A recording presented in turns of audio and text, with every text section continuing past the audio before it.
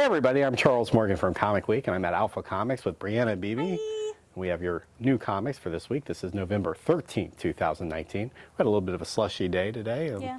There was some flurries. Won't interfere with new comic book days. Of course, the doors are going to open in a couple hours. Brianna's been hard at work putting all the comics you see from this week on the shelf behind us. We got quite a few comics, some things that are certainly going to be in a lot of pull lists, some things that are certainly going to sell out. Before we get started with some of my picks of the week, I'd like Brianna to go over some of the titles that she thinks you should pay attention to. So, DC Superhero Girls, if you have somebody who is a shorter set, these are a lot of fun. Plus, it's 100 pages for only $4.99. So Best value in comics, yeah. Yeah, it's a great value. It's all-encompassed story, so if, you don't want to break out the DC Superhero Girl, full books, this would be a great teaser to kind of see if they're interested. So this would be a really great one. So last week you guys had a series of DC titles that rolled out with the plastic vinyl covers. They're out with more this week. How did they sell last week? They sold really well. Honestly, I don't mind them because they haven't upped the price at all or anything like that. So for me, it's neat without being any type of an additional cost. Right. The only thing that stinks is they do stick out kind of wide. So putting them on the display gets to be a little bit of a fun friend. So they're not going to be quite as neat as some of the other books, but they are cool covers, and I do kind of like the whole thematic theme of them. Right, and if you're one of those collectors that doesn't bag and board them, if you stack them up together, they will slide. They are very slippery. Yes, they are very slippery. I recommend bagging and boarding, and also doing Silver Age, just because they have a little bit more give. So the last thing you want to do is have your stuff getting crimped down. Another cool one that I really like the covers is the newest issue of Harley and Poison Ivy, getting into shenanigans. These two conjoining covers, they've been doing that for each issue. I really like this one because of the whole plant motif. Yeah. Super neat. Yeah, they're really cool. We've been working on a project. My assistant editor at ComicWeek and ComicWeek, Hubert Walker, we write together sometimes, and we write books sometimes. So we've been starting on a project where we've been looking at a lot of modern comics, and we'll have more information about that later. But one of the comics we've been really thinking about was Albedo Anthropomorphics #2, which comic heads will know is the first appearance of Yusagi Yojimbo. Well, since IDW has gotten the license to publish Yusagi, series creator Stan Sakai has decided to write some new stories and to also embellish or modify some original Yusagi classic stories and colorize them for the first time. So in issue number 6 right here, you see a very familiar cover, if you know Albedo Anthropomorphics. It's the cover of that. And also you have the goblin of Adachi Gahara, which was the first Yusagi Yojimbo story, is being retold here in color with 16 additional pages. So this is a classic Japanese sort of folklore story, which you find a lot in Yusagi, and it's done to celebrate the 35th anniversary of this great character. And I'm really looking forward to sitting and taking a shot at reading this. Also, there's a 1 in 25 variant, which has an amazing wraparound cover, which features a giant turtle.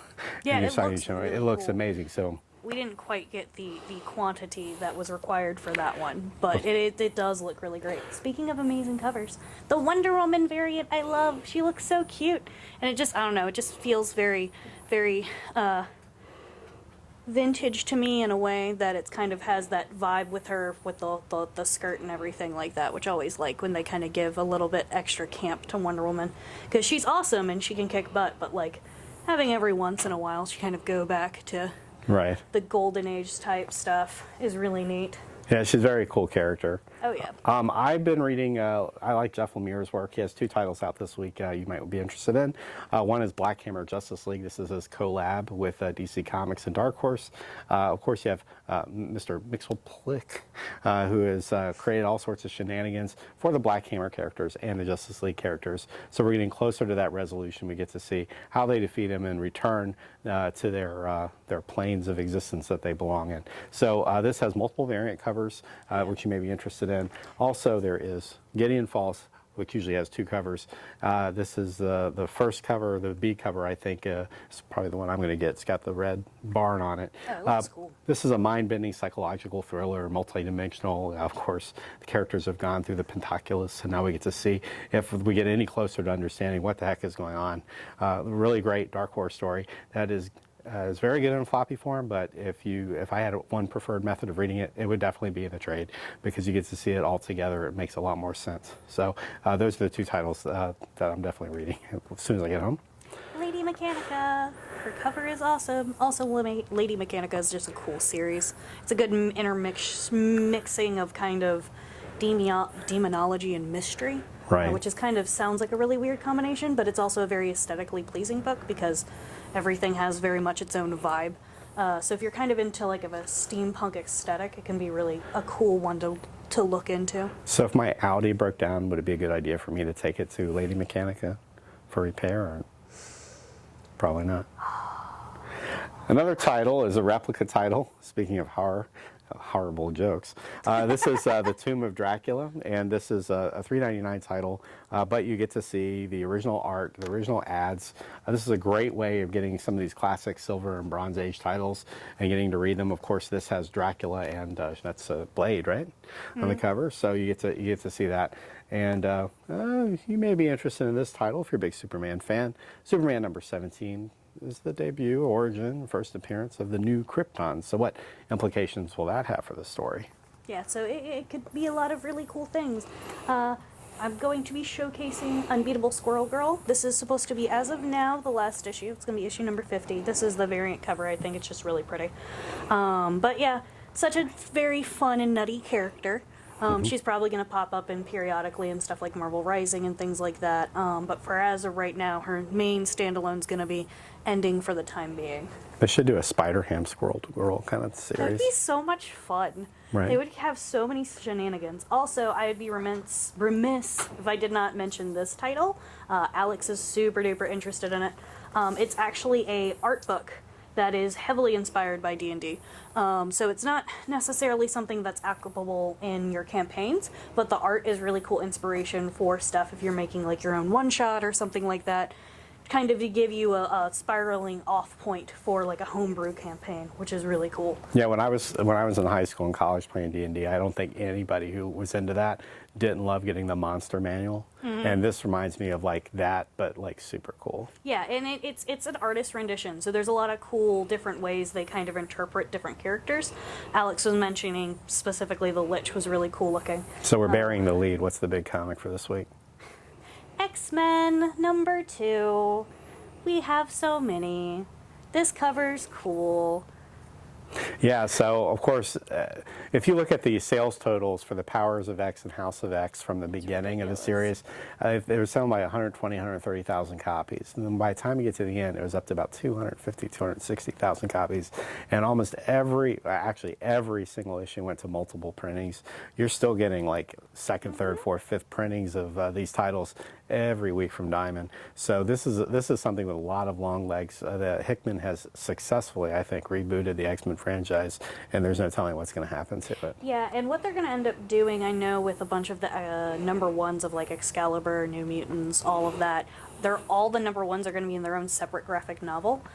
So even if you're kind of hesitant to read those other books, but you're kind of curious, that will be coming out a few months from now. Right.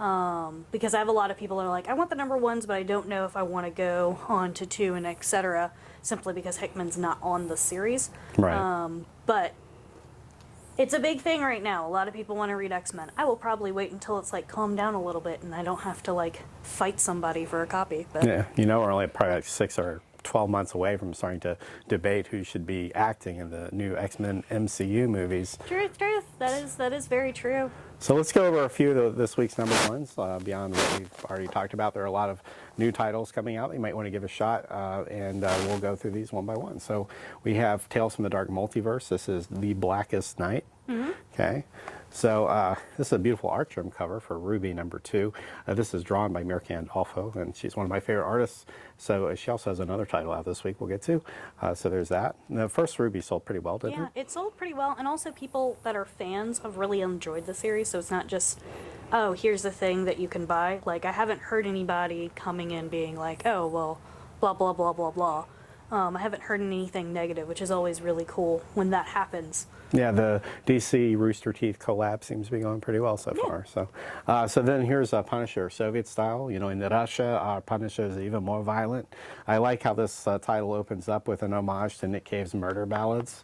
So, and then it lives up to that. It's pretty violent, so you might want to pick that. I think that's a 5 or 6 issue miniseries, part of Marvel's Max Comics for mature audiences. Yeah, which Max Comics hasn't come up for a hot minute. Long time. Yeah. Made popular by Alias. Yeah. Right.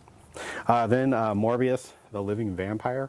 This is the A or the B cover. I don't remember. I don't remember. But I know it's a variant copy. I just don't remember if it's like Yeah. letter D, blah blah blah blah blah blah blah. So yeah.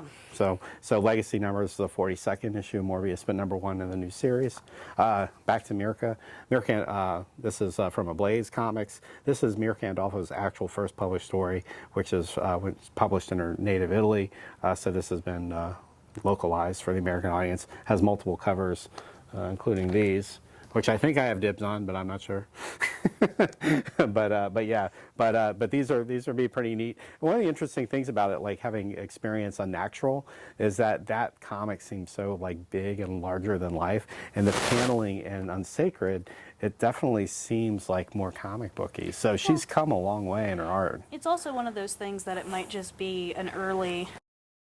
When you see the stepping stones creatively Right. of people, like if you go back and read an older series of somebody, a lot of times you can see the influences of their previous work and their newer work. And that's probably what you're getting is you see the similarities, but there is definitely a contrast because, I mean, time's a thing. Right. Absolutely. I think outside of Stan Lee, there's nobody more revered in comics than Jack Kirby. This independent title costs $6, although it says Kirby says ask not the price for real. This basically takes two Jack Kirby war stories that aren't really well known and puts them together into one thing. And there's some history in the back of the comic where the author talks about, his admiration for Kirby's war service. Kirby is a very interesting figure, not only for what he did in comic books, but his very interesting backstory, the things that he had to do to sort of defend the country during one of our darkest moments, World War II. So this is a gritty black and white story, and if you like comic book history, and you want to know a little bit more about Kirby the Man, you might want to pick this up. Yeah. Folklores. So this is already technically gone, I think, to 2nd or 3rd printing, and it hasn't even been released yet. Yay! I have no real context for what the story is, but when I saw that the other day, I was like, oh goodness, this is going to be like Something Killing the Children again, where it's like, yes, we've allotted your second printings already, even before #1 has happened. So. Right. This is the comic that comic book stores love telling people, oh no, we don't have it, and answering the phone asking with the same question. Yes, we love it so much. It's so much fun. So you might want to pick up this again, another X-related title. This is Fallen Angels, which has a really killer cover, and this is a jumbo-sized comic. Yeah, all the #1s for the new X-Men kickoff series are going to be larger. We just recently got some more in. I think this is going to be the same way where we get our initial order and we have some more that are in the pipeline that didn't quite make it with these friends. I didn't pull it, but I did see that you guys got the second printing of the New Mutants War Stories? War Children? War Children, yeah. Yeah, that's a great one-shot. Amazing cover in the second It's printing. an amazing cover. The inner art is great. It's actually a pretty encapsulating story because if you read the previous series, they make enough homages that you feel like it's actually in that continuity realm, but it's also pretty self-sustained in the storyline. So it's a really cool one-shot to go with. If you've ever been curious about New Mutants, my recommendation would be to read that one because it'll kind of give you a good mix of both of new and old. It has that classic teaming of Claremont and Sienkiewicz and carries that art style forward that team began in New Mutants 18, which is one of the real key comics of that period. So then here's ElfQuest #1. It's rebooting ElfQuest. Yep. Different character lineup, so just be prepared. Right. Here's a one-shot called Black Stars Above, about a woman who has I guess a teenage girl who has an overbearing family, and then she tries to leave that. These Vault one-shots have sold really well and really high production value. And finally, we have Black Cat Annual #1, where she marries Spider-Man. Black Cat's known as a jewel thief, but I think this time maybe she's stolen Spider-Man's heart. I'd write a prenup. So we'll see how that goes. Multiple covers of that as well.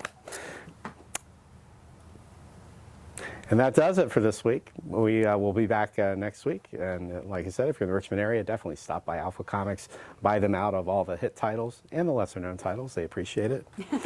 And we'll see you in a week. Take care. Bye-bye.